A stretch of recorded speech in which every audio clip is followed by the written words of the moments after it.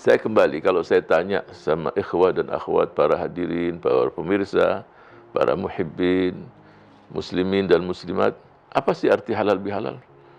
Kapan munculnya? Ya. Yang jelas istilah ini tidak ada kecuali di Indonesia. Antum cari di negeri lain nggak ada. Ini hebatnya negeri kita ini. Nggak ada, coba. Halal bihalal dia nggak paham. Dan yang membuat kata-kata ini bukan main-main juga, pasti punya makna. Ya, tapi kalau orang Arab ditanya halal bihalal, dia bingung apa artinya. Bahasanya bahasa Arab. Tapi artinya dia nggak ngerti halal bil halal kaif ini, ma makna dia nggak paham dia. Itulah.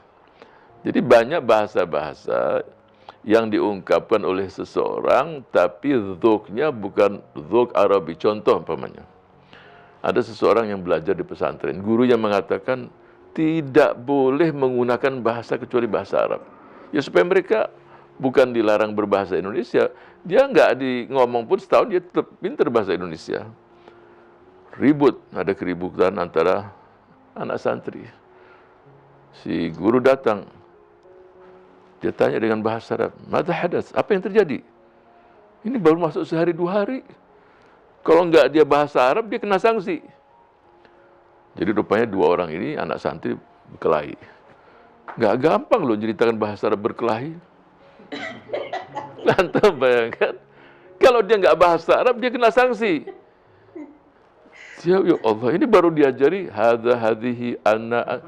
Dia ngomong, "Ya Ustaz, hadza wa hadza, hadza." Terus dia bilang, "Ana hadhi." Artinya maksudnya dia pisah. "Ana di hadhi." "Ana hadhi Ustaz."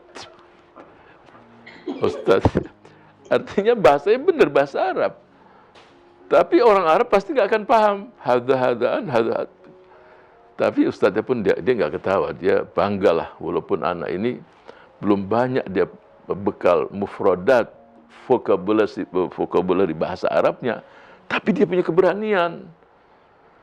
Nah, ketika muncul di negara-negara Arab halal bihalal, dia juga bingung. Halal haram, apa artinya ini? Nah, ketika kita telusuri, kita dapatkan bahwa ini muncul sejarahnya itu adalah di tahun 1948. Saat terjadi konflik antara tokoh-tokoh nasional saat itu, banyak konflik. Ya, pemimpin saat itu, Presiden Soekarno juga tanya beberapa kiai, bagaimana coba ini? Kiai bilang silaturahim. Mereka tidak mengatakan silaturahim, silaturahmi. Sebenarnya yang paling benar adalah silaturahim. Bukan silaturahmi, tapi saat itu maksudnya menyambung tali silaturahim. Walaupun yang benar adalah silaturahim, bukan silaturahmi. Ar-rahmi sakit rahim. Jadi kalau sakit rahim terus disatukan.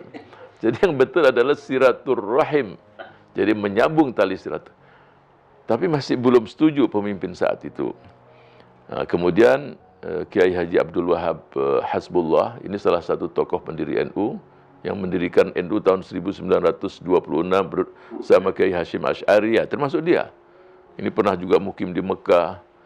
Ya, jadi Kiai Haji Abdul Wahab Hasbullah itu dia mendirikan Suara Harian NO. Jadi zaman itu bukan NU, NO, U-nya jadi O. Ini tokoh yang hidup, yang dilahirkan tahun 1888, kemudian meninggal tahun 1971. Jadi usianya itu sekitar 83 tahun, kurang lebih lah. Artinya dia mengatakan dengan bahasa, dibuatlah namanya halal bihalal, muncul. Akhirnya dibuat di acara Idul Fitri di istana. Itu setelah itu menyebar kemana-mana. Ketika ditanya oleh sebagian menjelaskan apa sih maksudnya halal bihalal, dia katakan tolabul halal bitariqil halal. Artinya halal ini sebetulnya memang bisa dikatakan haram dan halal dan haram. Tapi ada halal. Itu artinya jadi kalau ada tali yang kuat itu dilepas, itu juga halal. Halal itu juga artinya sama. Menyelesaikan masalah, kesulitan. Dan akhirnya dikatakan, yaitulah saling maaf, memaafkan. Itu muncul. Dipahamnya itu yaitu menyelesaikan kesulitan, kemudian menyelesaikan dengan saling memaafkan satu dengan yang lain. Indah